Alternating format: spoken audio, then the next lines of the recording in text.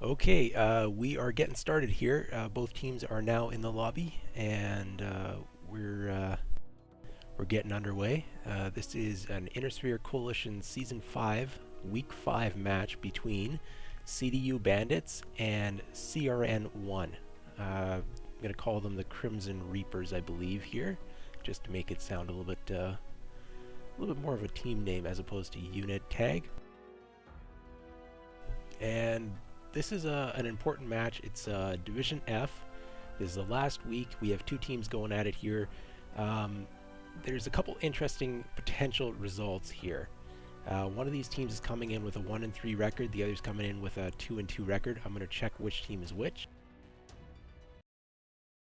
I don't want to get it wrong. Yeah, CDU Bandits is 2-2, and CRN1 is 3-1. So if CDU Bandits wins this match, they have the head-to-head tiebreaker against CRN1, the Crimson Reapers, which means that CDU Bandits would finish above them. Now, if CDU is playing for third place, I believe, gonna double check that as well. I had this all figured out in a notepad.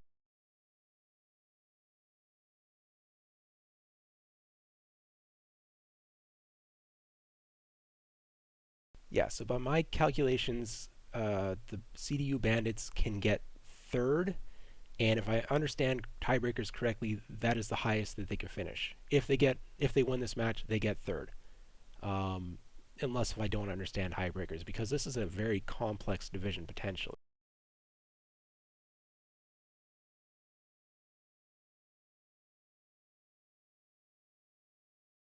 But we're just going to get right into it here. Crimson Reapers, CRN1, they're playing for a chance at first place, a higher probability of second place, and a possibility of third place. It's complicated tiebreakers. We'll run through that between drops, but there's two other matches being played in Division F right now, and depending on the outcome, this CRN1 could finish in many different positions.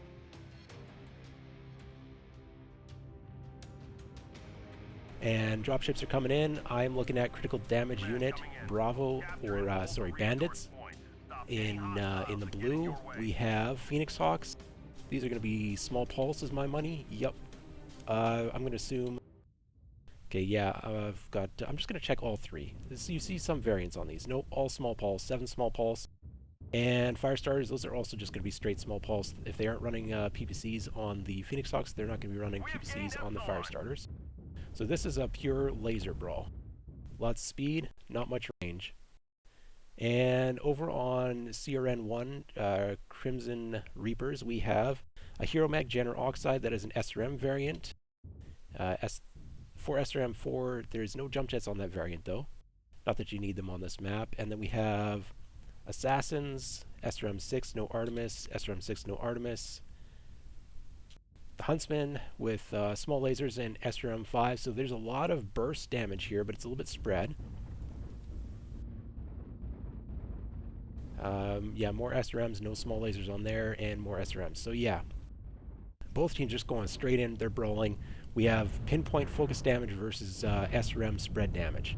And both teams are shooting legs. SRMs are actually pretty decent at shooting legs in my mind. Let's see who the first target is. Not sure yet. We have... Oh, Taint Tickle's taking some damage, but we have an assassin here that might be legged. 77%. Nope, still moving. Huntsman is the first... sorry, not Huntsman. Hellspawn. Hellspawn goes down. We have 1 kill on each team. Taint Tickle is maybe the called target here. He's trying to get out. Keeping that mech around at 72%. Focus fire is a little bit scattered from both teams here. Just a chaotic brawl going on. Le Savage got legged and dropped. Assassin with an open leg from Ulysses. Black Tack, 75%. Percentages can be a little bit deceiving here. We have a leg mech, he goes down, and the Assassin Apollo. Oh, Taint Tickle's still alive. He's been running around 29% there. He still has his legs. He's lost an arm, so he's down some guns. Doing a very good job keeping that mech moving. He finally loses a leg, 26% goes down, and we have a 2v2 battle here. Now it's a 1v2 with Crescent Reaper. He looks like he might be legged in that hell spawn. Yes, he is. He is legged. I'm not seeing any shooting. He might have been out of ammo as well. And so this drop does go the way of critical damage unit. They pick up the first drop win here. Open leg on the one fire starter. The other fire starter looks relatively healthy. So that was a quick and vicious brawl.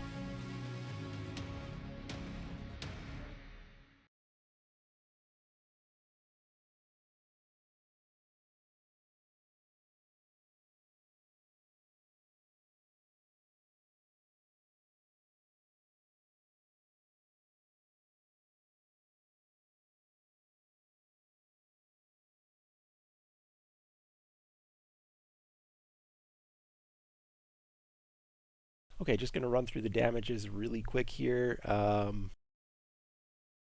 Yeah, both teams have a mech that was a focus target, coming up with less than 100 damage. Relatively even damage spread otherwise. 300 damage, 365 Brenta with the top damage there for CDU. And the rest of the teams coming in the 250, 300, and then another Phoenix Hawk that's got the 100, probably a second target that was called. Crescent Reaper, the last one alive for CRN1, has 441 damage. We have an assassin, Ulysses. I saw him running around toward the end of the fight as well, so probably one of those last to go down, 340. A couple mechs with 200, 165. And in a brawl like that, often damage is basically who got picked off first versus who got picked off last. Everyone's running more or less the same DPS. It's just what order you died in. A little bit also as to whether or not you hit your shots, but determining factors kind of who died, who didn't.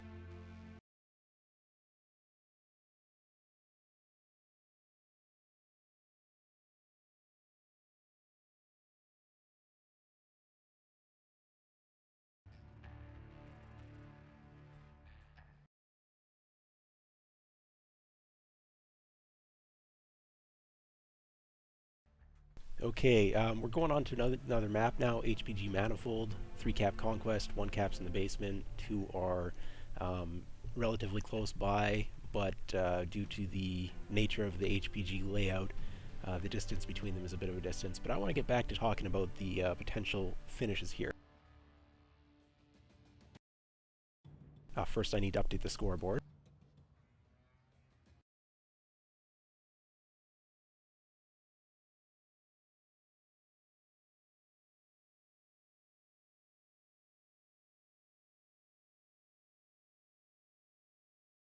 Okay, so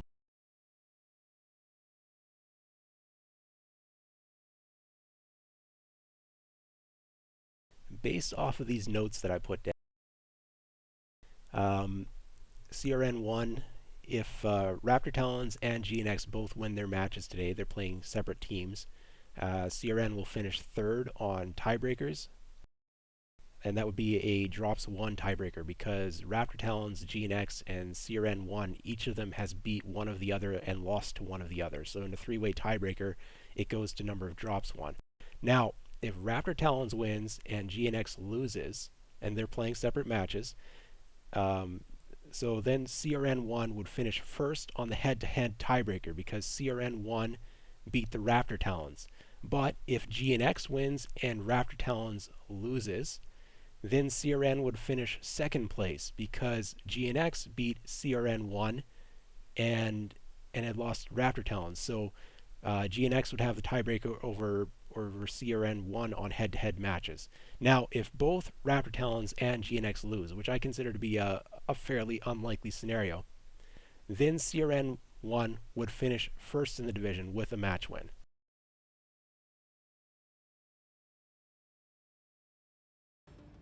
It's not that complicated, but it is somewhat complicated. This could be a first place deciding match, it could be a third place deciding match, and it really depends on other match outcomes in addition to this match outcome.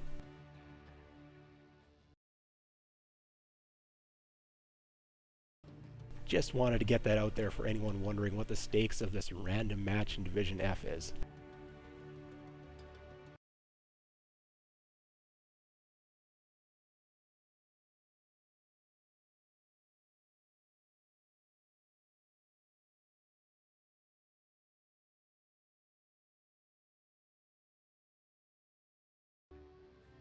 Okay, I'm gonna, I don't have time to pop up map strat here, I don't think. But, yeah, no, they've got their players all in, they're locking up, so I'm not gonna pop up the map strat, we're just gonna make sure we don't miss the drop. Both teams quite ready to play today.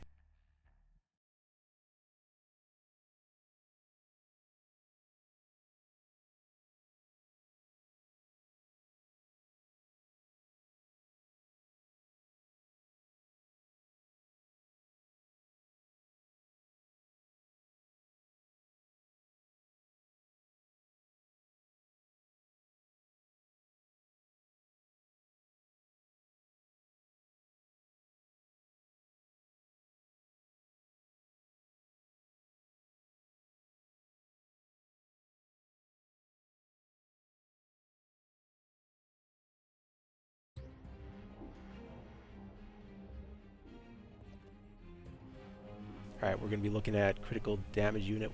No, sorry, we're looking at CRN1, the Crimson Reapers.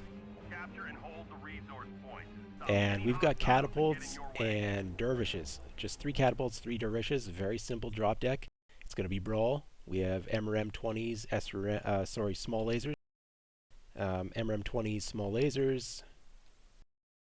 SRM-6s with Artemis, SRM-6 Artemis, SRM-6 without Artemis, and then, yeah, more MRM-30s on that one. I believe the other 2 dervishes were both MRM-20s, but they're backing it all up with small lasers. Now I'm going to quickly get over here to critical damage unit. We've got a commando going for the basement. I'm going to assume some sort of SRMs, let him go. I got to get to these before the fight starts. Medium pulse laser Thunderbolt. We have an Atlas Ultra 20 MREM 40 small pulses. Okay.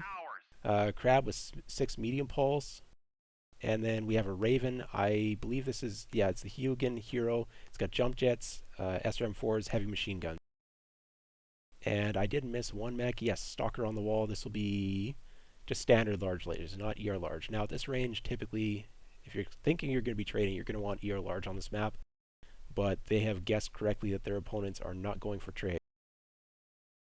As you can see, the 3 caps are Epsilon, Kappa, and Theta. Theta's down in the basement, so if teams are playing a control strat, they usually park on the wall between Kappa and Epsilon and try to control those 2 caps, giving up Theta. But this is not a control strat. Now, Blackjack needs to be careful here. Oh, he popped a UAV and ran away. Good call. This is just pure brawl coming out of CRN1. So critical damage unit needs to set up in favorable receiving positions. They did bring brawlers into their drop deck as well, but because they have the range advantage with the Stalker, they need to try and leverage that by making the engagement somewhere where the Stalker can fire into it, and then also trying to get some early damage out and make the opponent make the first move. And they're going to try to do that with 2 caps, with Epsilon and Theta. They're going to be losing Theta shortly.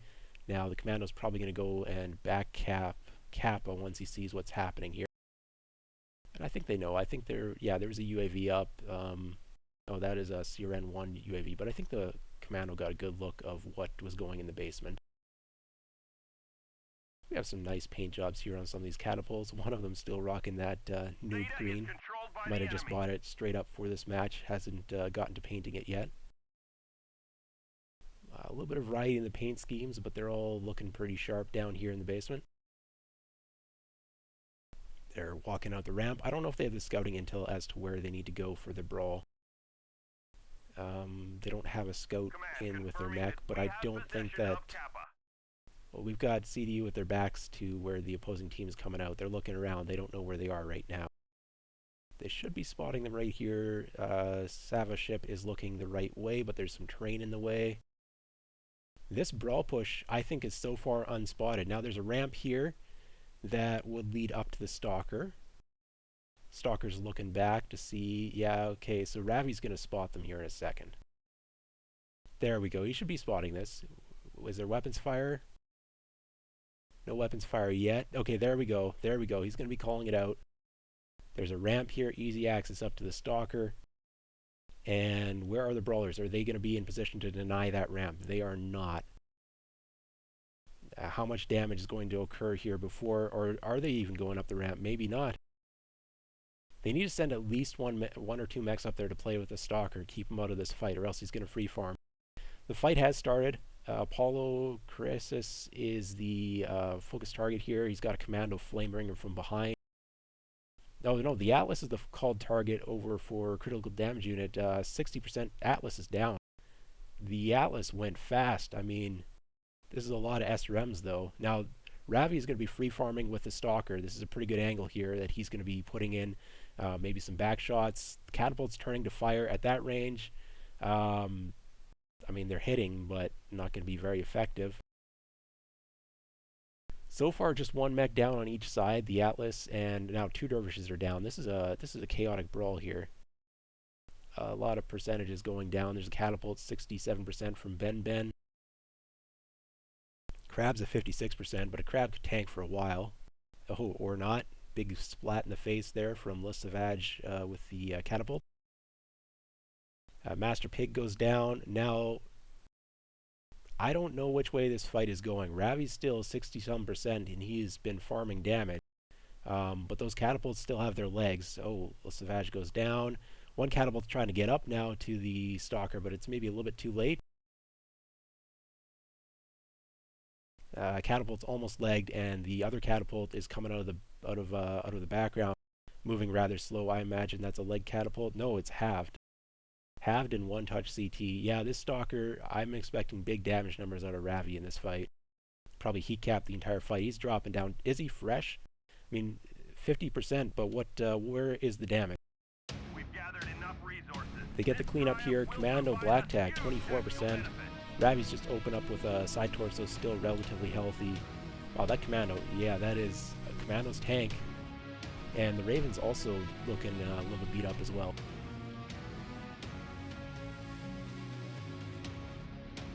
Good solid brawl, but in the end, CDU, yeah, you can see the Stalker's been putting in a little bit of work there. Just heat capped, basically, probably.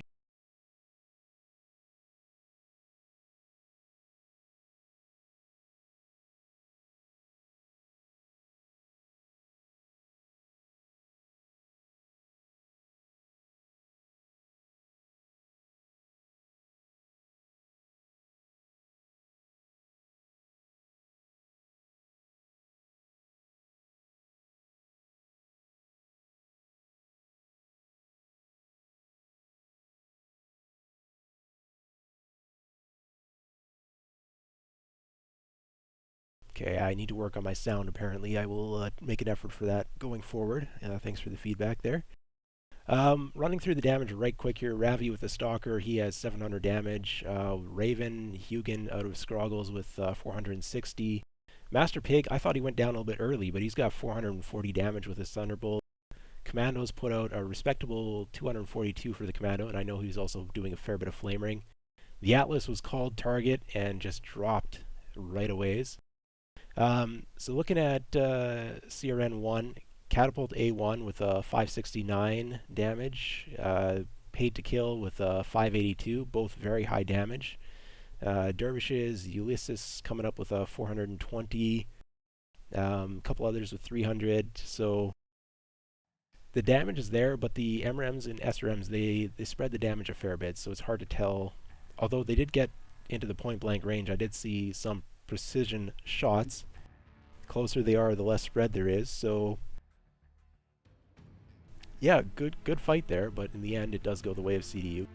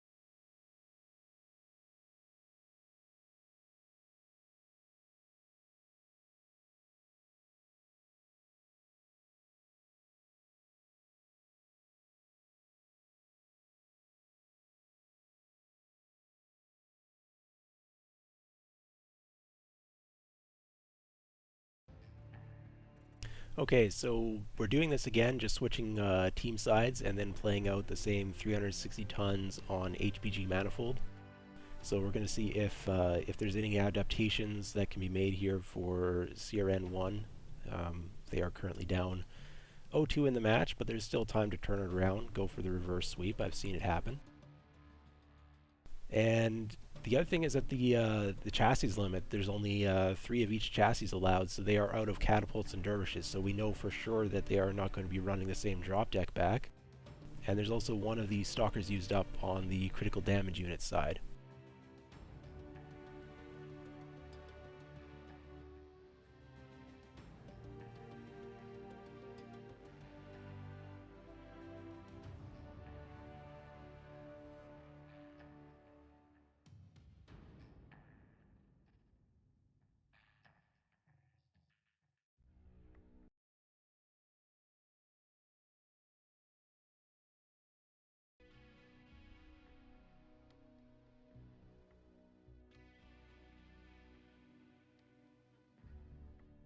We did get to see an Atlas in that last drop, but we did not see the Atlas fighting. It was just immediately deleted.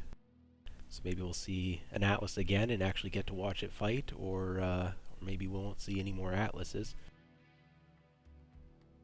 The Atlas is not a very common mech in this tournament or league, which is a little bit unfortunate, but it's a fun mech to play, but not the strongest of choices for how competitive normally plays out. Both teams are looking about to lock in here.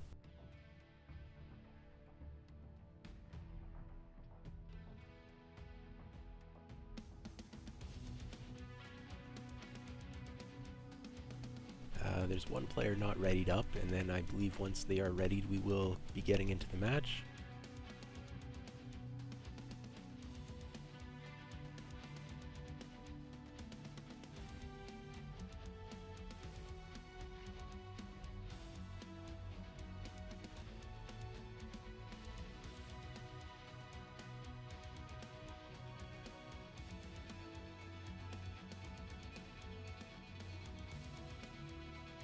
Looks like we have a little bit of a delay here. I'd pop up the map strat if I thought there was enough time to draw on it, but there is not, so these teams are playing quite fast today.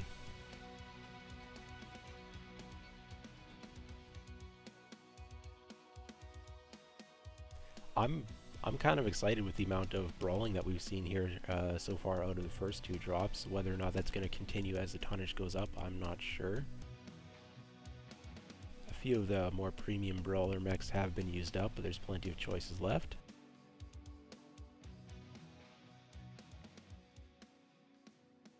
Alright, teams are launching in.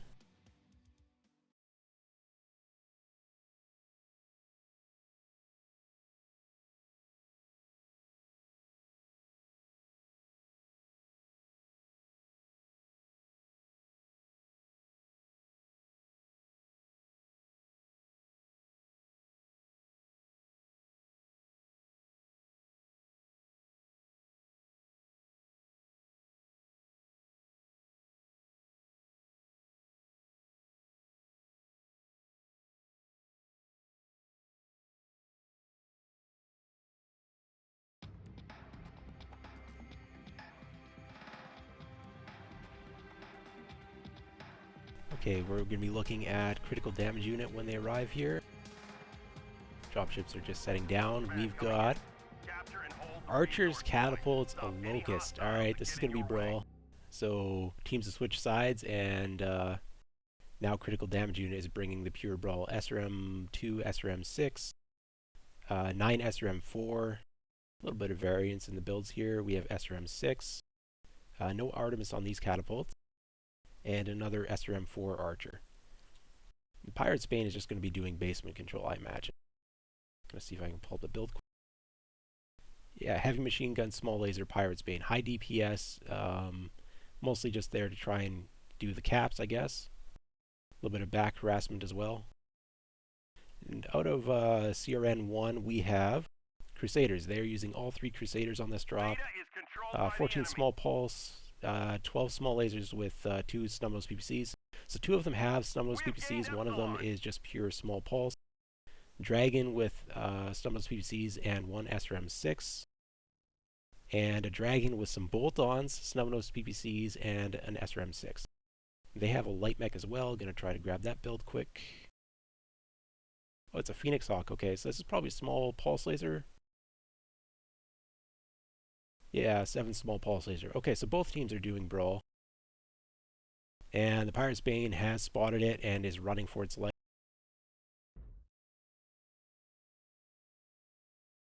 And the Locust is getting out. Now, CRN1 is down a mech in this fight.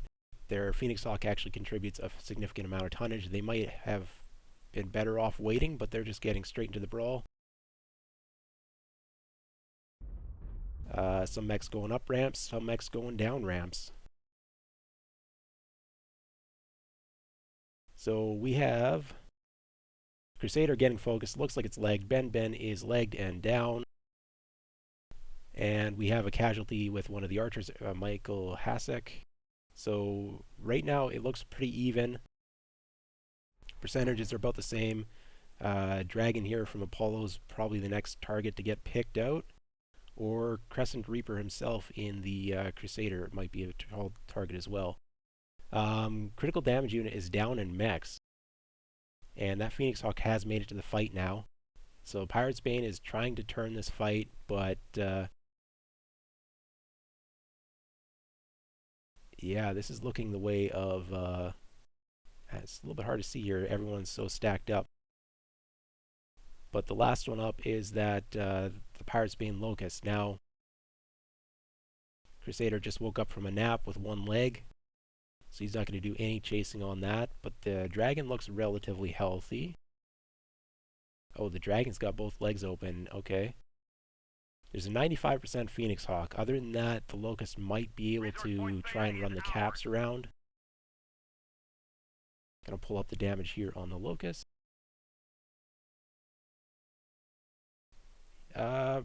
Legs are armored but red and orange. And the back is orange and open in the center torso. So Black Tack, not the healthiest light mech, but there's a chance. They've taken Epsilon.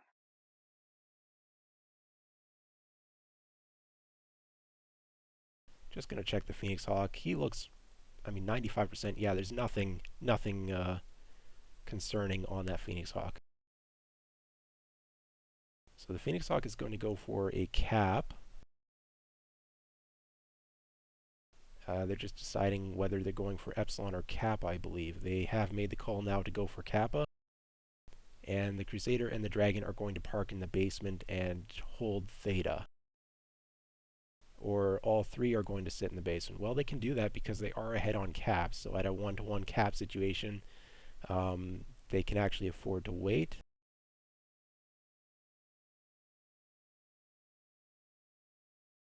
Now, is Black Tack going to make an attempt of going for Theta or bypass it? Yeah, it looks like the Locust is just going to go grab Kappa, which will then force the Phoenix Hawk to come out of the basement to try and chase him down. The only decision here is whether or not the Dragon is going to be joining the Phoenix Hawk in that pursuit.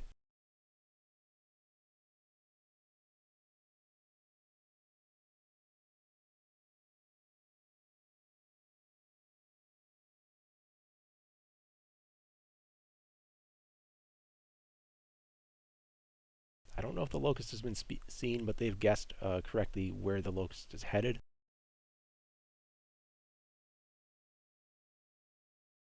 And this is going to be the final fight here. Kappa is under enemy control.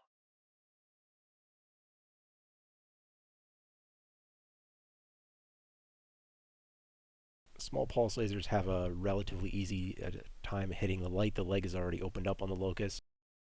Phoenix Hawk is still sitting at 90%, 89% now. Both legs are open on the Locust.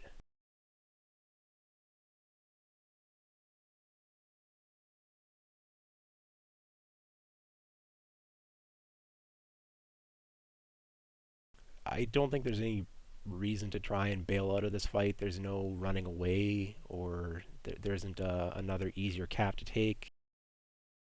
While this is going on, the dragon is just sitting in the basement. There's no attempt to come and back up the Phoenix Hawk here. The Phoenix Hawk is getting lower, 75%. I'm going to check that. Maybe there's a leg open there. Yeah, Phoenix Hawk, both legs are open. There is a chance here. This is a very real chance. There's no... Now they're moving out of Theta. There is backup on the way now at this point because they've realized that they could potentially lose this fight. The Phoenix Hawk is legged. Oh, so is the Pirate Bane. Oh, that was so close. That was so close. If the Pirate's Bane had actually pulled that fight off, there was a possibility of legging the dragon as well and then pulling out a cap win. But with the Pirate's Bane legged here, I don't think there's a... I mean, okay, so that they're still sending the dragon to clean up the Phoenix Hawk. But I mean, the dragon has the range advantage, and without the speed on the Phoenix Hawk, or sorry, the Pirate's Bane at this point, I don't think the Locust can win that fight. I mean, he can't dodge PPC shots when you don't have a leg. Are they sending in the Crusader first, though? That would be incorrect. You need to wait up there. Maybe they think the cap is clear. They might not know that the Pirate's Bane is legged.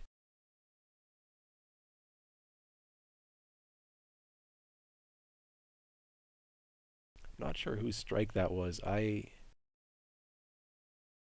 here's the dragon.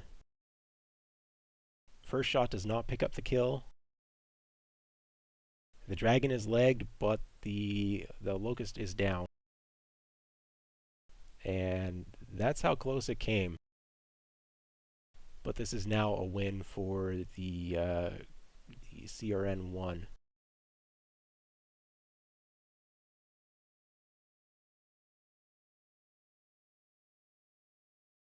The outcome might have been different if the Locust had still had its legs after killing the Phoenix Hawk. But once the leg is gone, there just isn't really anything left to do there. Confirming that we have possession of Kappa.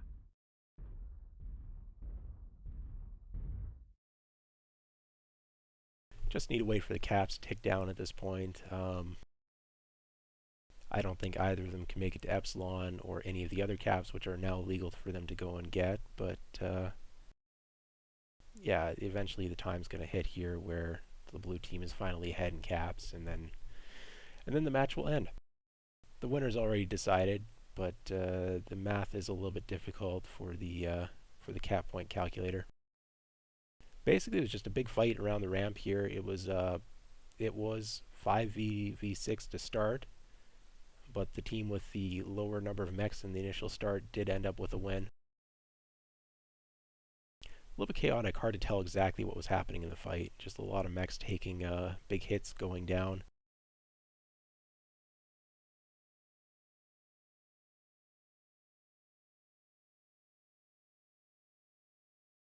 That dragon looks so different with those giant shoulder pads. It's a little bit hard to recognize the profile of the mech.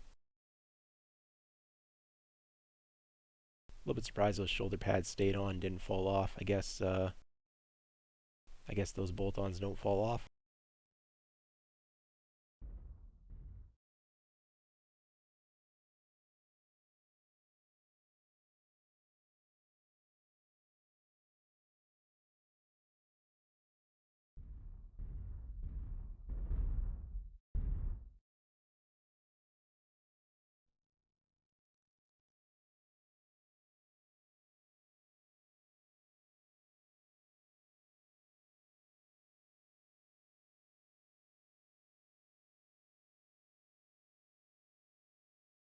Just another 6 seconds here, and then the match will be over.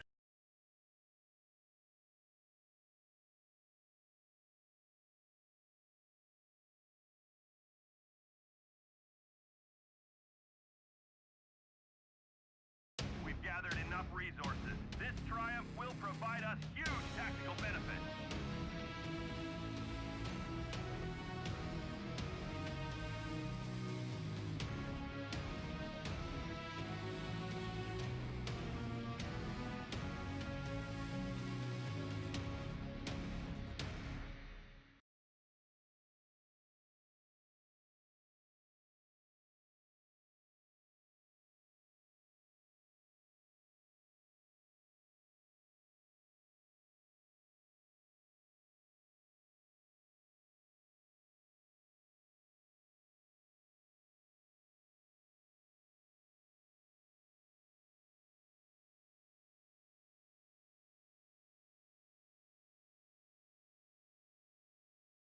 Okay, just running through the damage here. CRN1 picks up the first win of this match for their team, so the match is now 2-1 in the favor of CDU. Ulysses with the Crusader 6T pulls up a 472 to lead his team. Le Sauvage has a 300 damage, Crescent Reaper with 300, Dragon for Paid to Kill also comes out with 300. A little bit lower on Apollo and Ben, called focus targets there. Michael Hasek, I didn't see what happened to him, but he's pulling up 22 damage, and that is just... I saw him die in the background. I'm not sure if it was a heat detonation or something got into the back of his mech, but that's a lot of missing damage there. Black Tax got 461 in the Locust, and then Savage Ship with 500 from a catapult. Scroggles at 300 in the catapult. Teen Tickle with 362, and Fro 420 with 270, both of those in archers. With that, CRN1 picks up their first win.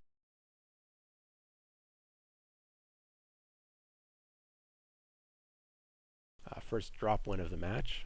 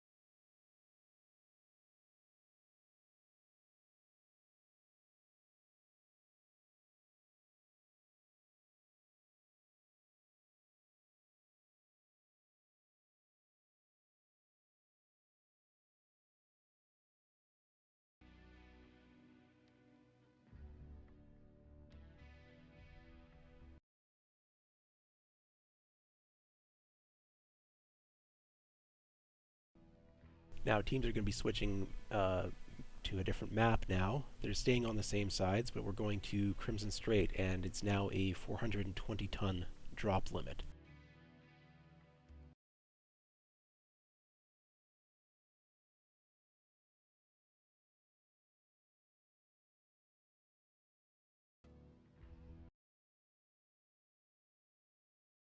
I'm going to pull up the map strat.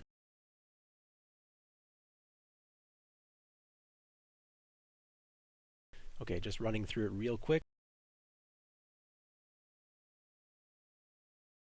For people who haven't been watching, the cap points have changed on this map. Theta has been moved to way off on the side. And the spawns have also changed, where Team 1 and Team 2 are spawning in different positions than what was previously happening. This map was changed up, was it a month ago or was it a week ago? I do not recall. I think it was a month ago. And we've seen some more interesting fights here with the teams. Just trying to make sure I don't miss the lobby start and kicking off here. So to play 2-cap control, we're seeing teams either do Gamma, Theta, playing either the back or in the tunnel with closer range mechs, and trying to force the opposing team to brawl in. Or we're seeing teams play the island and trying to control Gamma Kappa, or the saddle playing either Theta Kappa, or potentially... No, I think island is where you go if you want Gamma Kappa. So it's a little bit difficult to figure out which caps to try and control on this map with the new layout.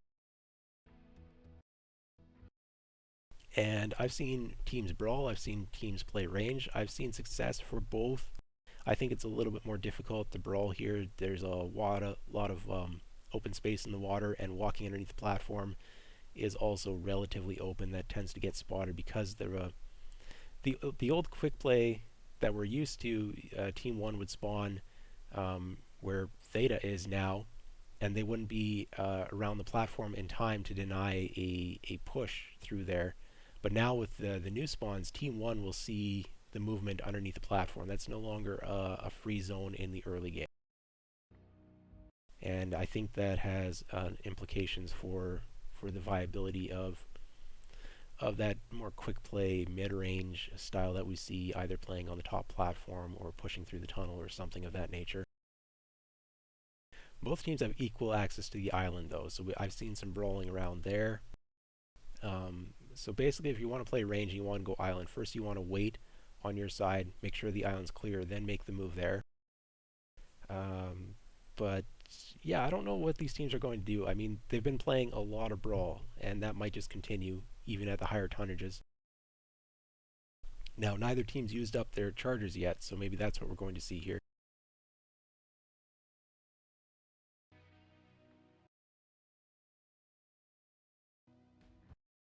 Team's not quite ready yet, but will be soon.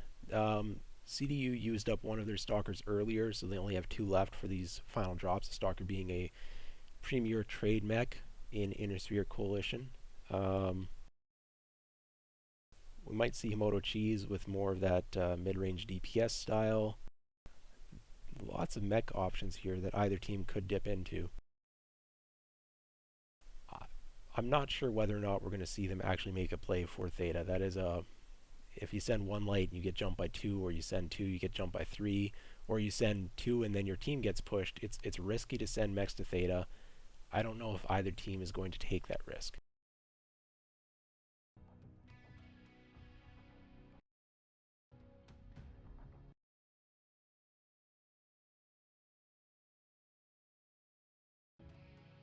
Alright, looks like teams are almost readying up. Just going to keep an eye on that. I don't want to miss the drop.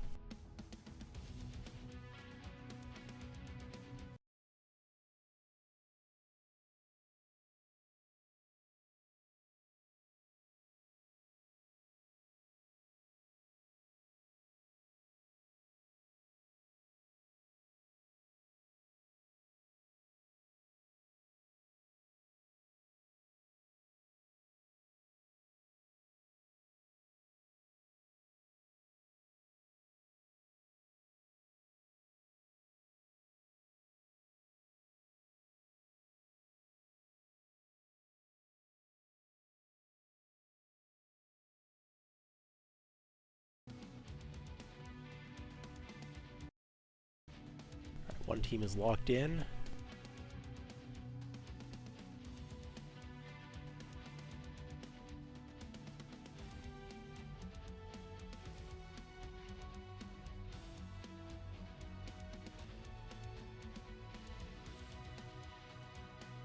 Both teams locked in, 420 tons, maximum tonnage for both teams. Here we go.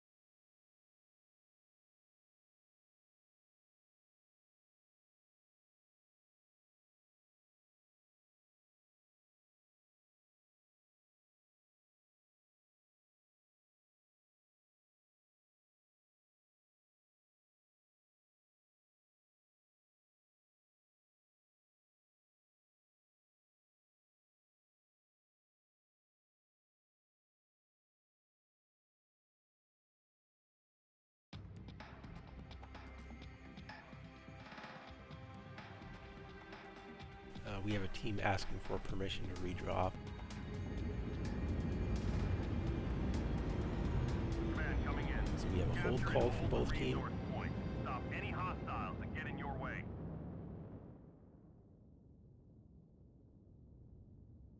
We're just going to go look at the sunset over here while teams sort out what the problem is.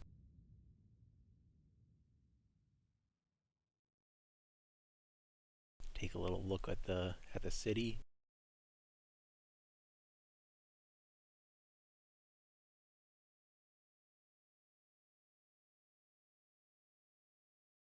So there's a drop deck error, and by the rules it'd be a forfeit, but the teams might agree to redrop here.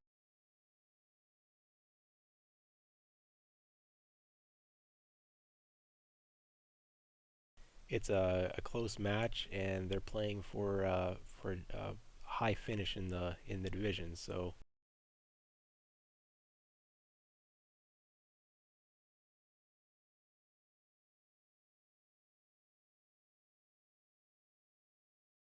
and this is the new theta cap over here.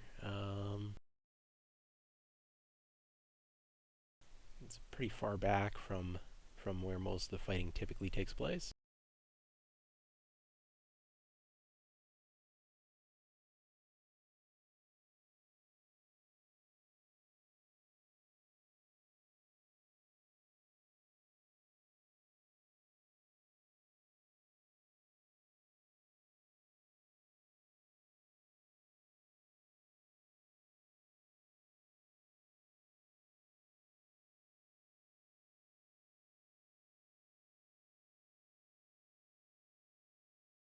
At this point, a lot of time is off the clock, so I think they're gonna go for a redrop here, have a little discussion, and I'm gonna go ahead and pop something over the screen here, and we'll figure this out what's going on after.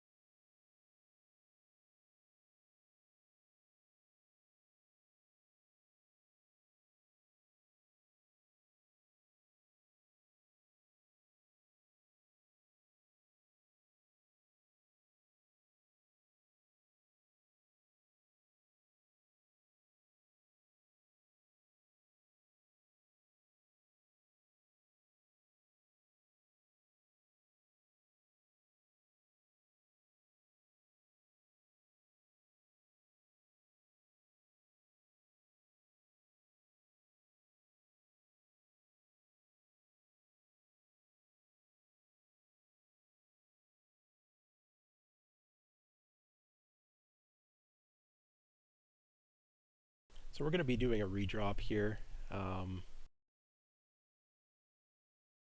not sure exactly what the teams are going to decide on here, but yeah, we're going to be doing a redrop, so just a couple minutes probably to make a drop deck correction, and then we'll be getting back into the match. We have gained Epsilon.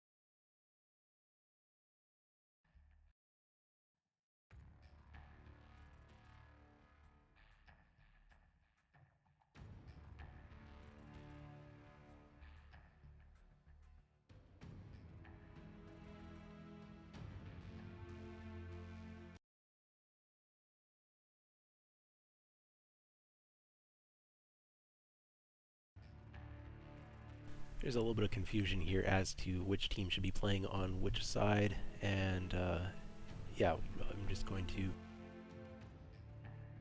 stick with you here for a little bit, find out from the teams what they have decided.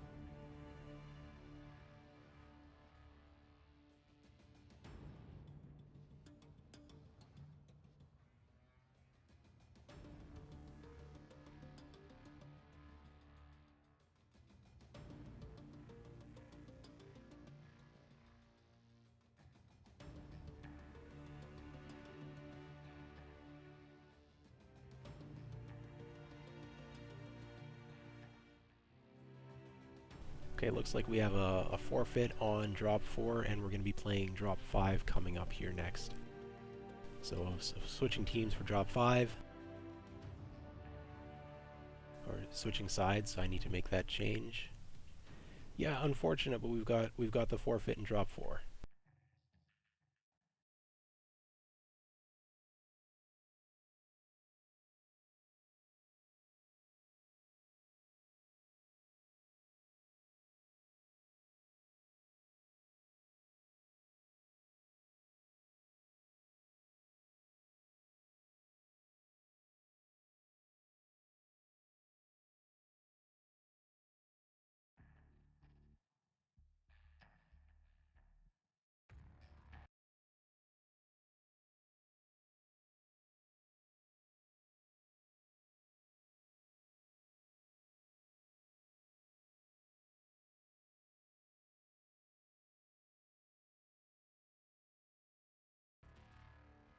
So with the forfeit, critical damage unit Bandits has picked up the match win here. It's not how anyone wants to win it, I would think. There's probably going to be a little bit more discussion following this to try and iron out some of these issues that the teams are having here in terms of discussion as to what the proper seeding and team sides were on for this match. So currently with the forfeit, it is 3 wins for critical damage unit, 1 win for CRN1. And we're going to drop 5 here. 420 tons on Crimson Strait, 3 cap conquest.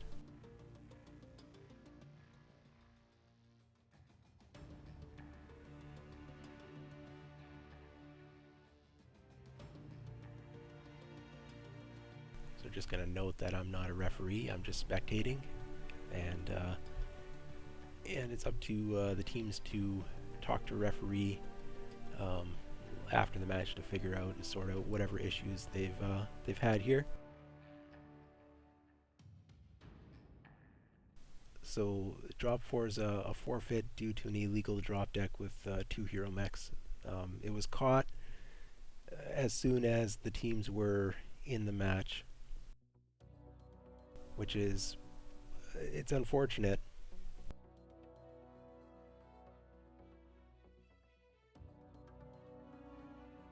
So teams are readying up with their new drop decks, and we're going to be playing out drop 5 shortly. Team 1 has locked in, which is critical damage unit now.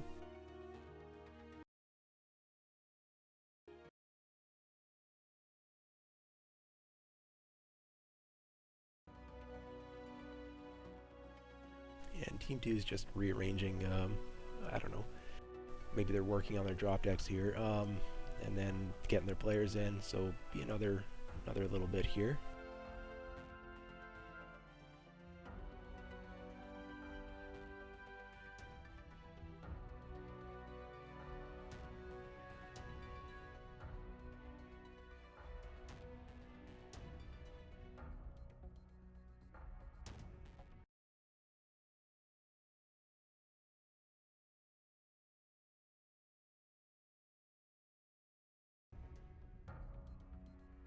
So with the drop win on the forfeit there and giving them the match win, critical damage unit Bandits has now taken 3rd place in the division. So they have definitively finished 3rd ahead of CRN1,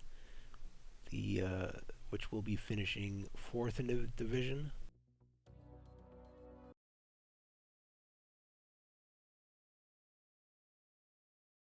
I believe it's 4th. I need to check tiebreakers here.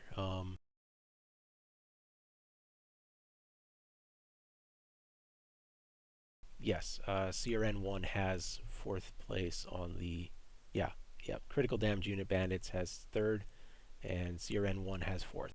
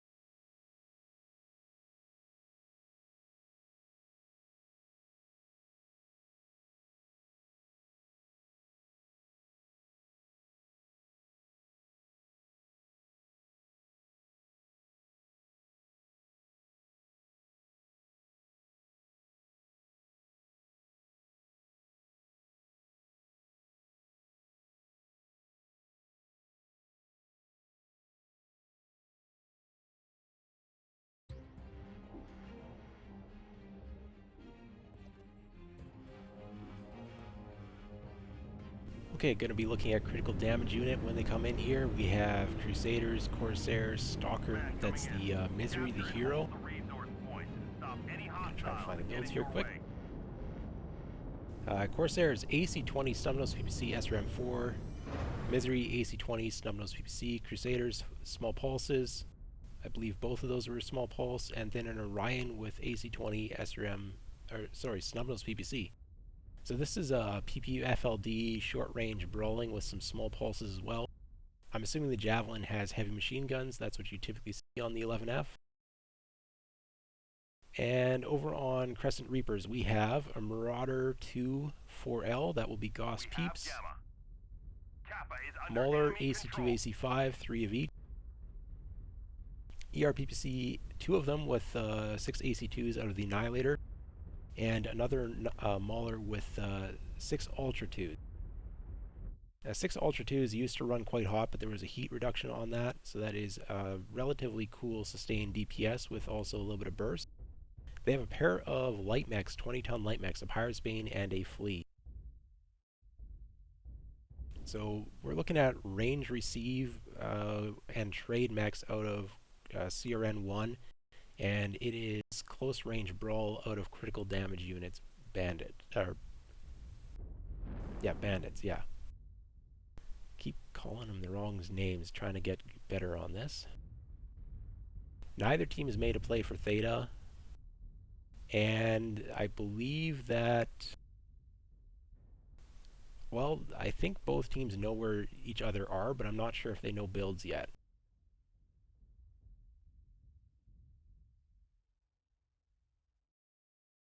We have all 6 mechs on the island here for CRN1.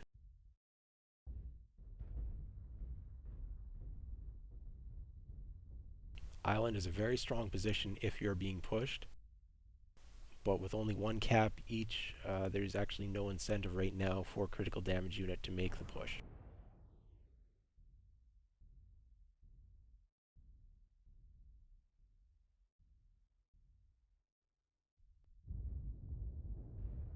Javelin scouting, but he's got, yeah, there's Pepsi Goose on the opposing side. I don't think you really want to be making that full exposed scout there.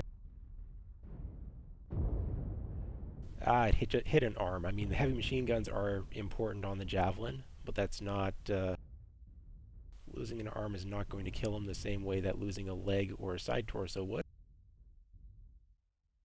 And that Javelin's important because that's the mech that they will have to try and get a 3rd cap with if it comes down to that. Or, sorry, a 2nd cap. We're playing 3 cap Conquest here, not 5 cap Conquest. Now, there's a little bit of chip damage coming in here, but nobody's dropping beneath 95%. Basically, if they're not going to make that push, they need to stay in cover. And yeah, they're sending the Javelin to go for Theta right now. That's going to flip the 2 cap situation. And then it's going to be the onus is going to be on the Crescent Reapers, the CRN1 will have to make a push here. And their mechs are a lot of ballistics, so they do have some sustained DPS to make a brawl, or to make a push in. But that Annihilator with 2 ERPPCs is going to run quite hot if it's forced in.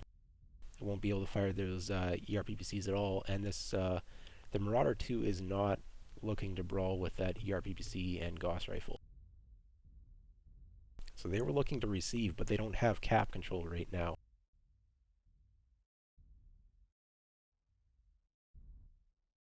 They are sending both the Flea and the Locust towards Theta, potentially. Oh, the Stalker's been sent to Theta for the ambush. Now that is interesting. I was expecting more of the Crusaders to be the mechs sent for that dude. But that's not what's occurring. They're going in with the Flea and the Locust on to Gamma Cap. A little bit of a slow response here out of CDU.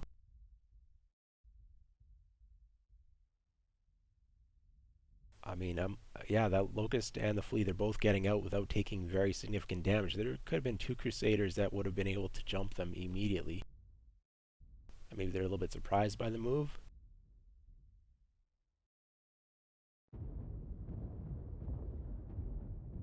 So now CRN1 definitely knows what strategy they're facing. They know most of the builds that they're facing, and they're coming off of the island. Where are they going? They are going, I think they're going to go play toward the platform and saddle.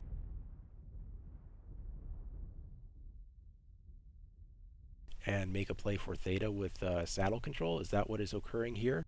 They're leaving one mech back on the island. That is the Marauder 2. It's a very strong position. Yeah, he just would need to be careful he doesn't get jumped by lights, but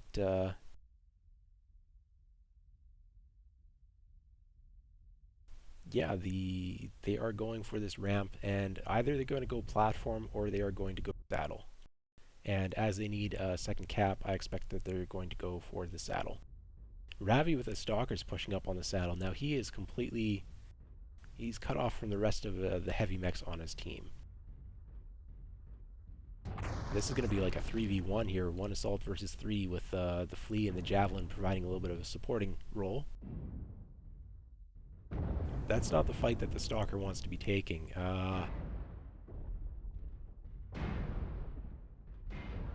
Yeah, he needs to get out of here with that Stalker, maybe drop down. Oh no, he's hard. Now this is a dead side build, I do believe.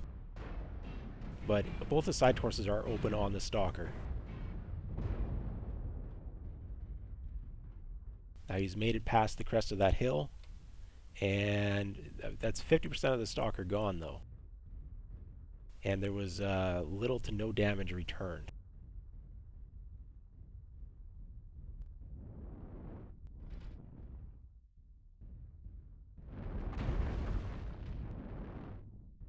Setting up to try and hold on that saddle with the Stalker. I mean, it's too slow to run away, but I don't know about staying to fight either. Stalker has been halved. Stalker is effectively stripped. 1 Stumnos PPC remaining.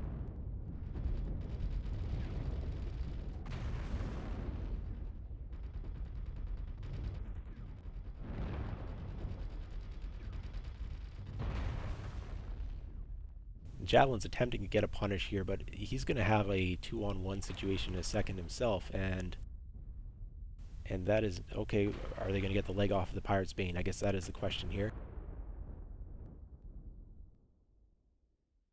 Pirate's Bane has a red leg, but it's still attached. And while this is going on, there was a push up. So we have a brawl on the platform now. Critical damage unit has pushed up while their Stalker was being killed in the saddle. The Marauder 2 did come to the platform as well, so he's not getting free fire from the island. He is in this brawl position here. But critical damage unit is behind on mechs. 64% on that Mauler from paid to kill, likely going to go down shortly. Javelin's in the back with the heavy machine gun. Annihilator is the next called target. That is a very hot build, as pointed out. Not something you really want to be engaging at close range with. Let's see how he's doing. Annihilator's halved. Most of its weapons are stripped, and it's gone down. Now, there's still the Mauler and a Corsair. How is that Corsair doing? Black Tack here is taking... he's probably lost that arm that was opened early. No, it looks like it's still attached. Okay, oh no. Scroggles went down to self-destruction. There was a very damaged mech. Could have been side torso loss on a light engine, perhaps.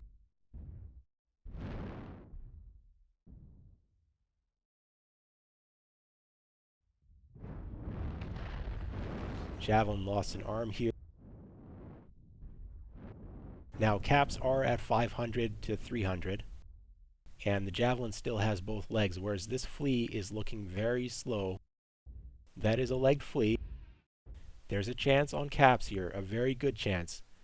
Now, there's no way the Javelin's going to be able to beat that Marauder 2 in combat, but he doesn't have to. They just have to keep the 2 caps running here. The Flea cannot get out to a cap, and that Marauder 2 is very, very slow build.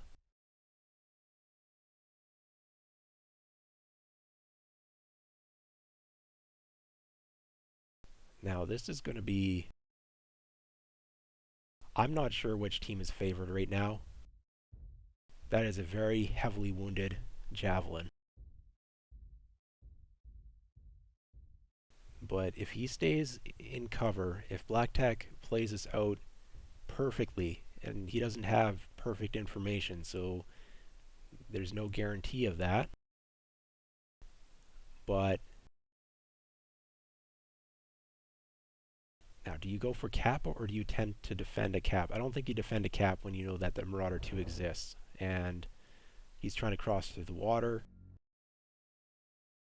Now, does the Marauder see him at that range? Ooh, sorry about the camera there. There's a strike been placed on the Marauder, but that doesn't matter because Marauder's fresh. Really sorry about the camera jolt there. Wow, that's bad. So Black Tack is still running around. He still has his legs. He did not get hit.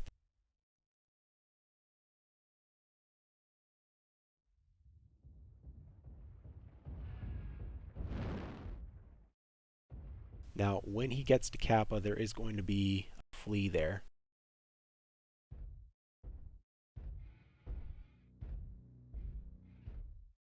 Other than the missing leg, the flea is actually relatively healthy, so this is not a fight that the Javelin is going to have an easy time with.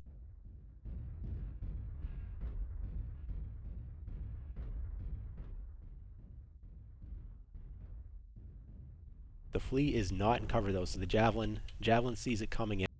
There's no ambush scenario here. They have resource point Gamma. Still, that flea's got a lot of health, and the Javelin just lost 3 of its heavy machine guns. Or is it completely out of heavy machine guns? It looks to me like both the arms are missing off of Black Tech. But the spectator's telling me that he still has some weaponry. I'm not sure what the truth is. No, that to me very clearly does not look like arms are attached there. So I believe it's a spectator bug. I believe he's down to 2 small pulse lasers, Black Tech, with that Javelin. So he is declining the fight now. He's going to go... Now, is a 1 cap enough for the win here? I believe it is, yes. So he might win just by staying alive and denying the ability to take one of the 3rd caps because Theta's too far away. This is going to be a cap win for critical damage unit, even though they are unable to get a 3rd cap just by the nature of Black Tack staying alive, and they've realized it now.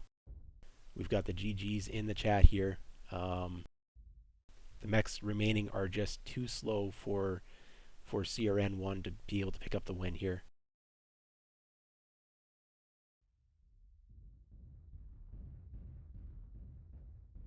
Now, if the flea had been sent to go for Theta, though, then the Black Tack in the Javelin would have been able to get the cap at Kappa, which likely would have been enough for the win as well. So I don't think that CRN1 misplayed this at all. I think it just was an unwinnable situation for them.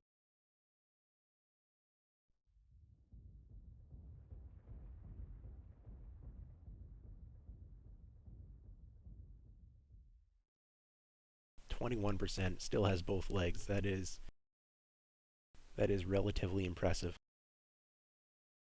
Yeah, so the flea is headed for the cap, which is the correct decision, because if the Marauder somehow picks up the kill, but it won't help because they need to get Theta, and they have no way of doing so.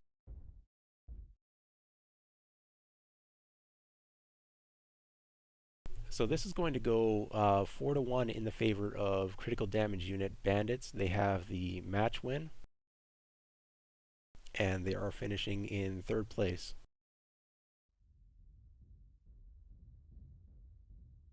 And CRN1 is going to be finishing in 4th.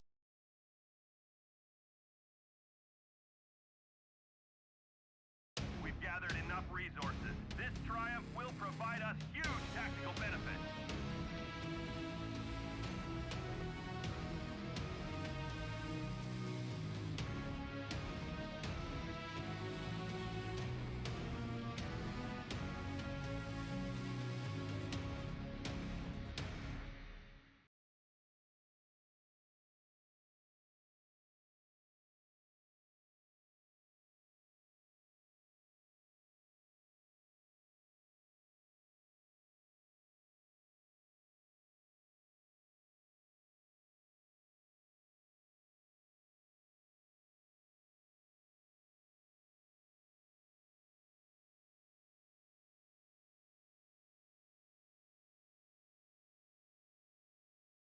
Okay, going to run through the damage real quick here.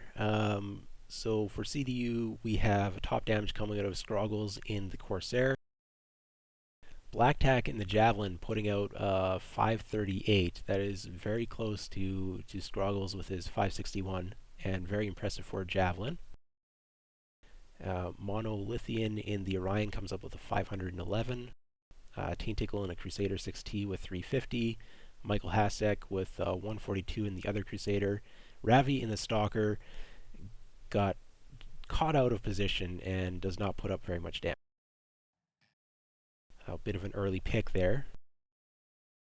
Now on CRN1, the Mauler from La Sauvage has a 600 damage. Crescent Reaper in the Marauder 2 has 480 damage. Ben Ben in the Flea with a 360. Paid to Kill in a Mauler with 550. Apollo Keras with the Annihilator 400 damage, quite respectable given the situation of the engagement. And Ulysses in the Locust Pirate's Bane with 200 damage, also pretty good for something as low tonnage as the Locust is. I mean, well played for both teams.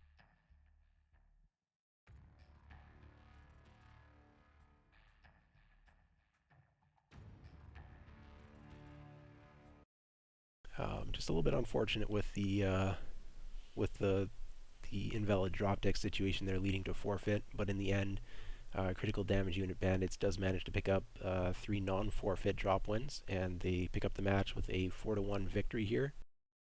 And well played both teams with that last drop, with the tactics toward the end, keeping in mind where the cap situation is, doing some using some thinking there as to predicting the opponent's movement to try and get the pick there, but it just didn't work in the end. That's it for me for today, and I think this is the last week of the Inner City Coalition. I don't think I'm going to be casting anymore. I think there are maybe a couple games going on, currently going on or going on tomorrow. I'm not sure on the status of that. But I am ending the stream here, so thank you to both teams for letting me cast, and thank you viewers for showing up and supporting these teams. And you know, hopefully it was a entertaining match for you all. And that's all.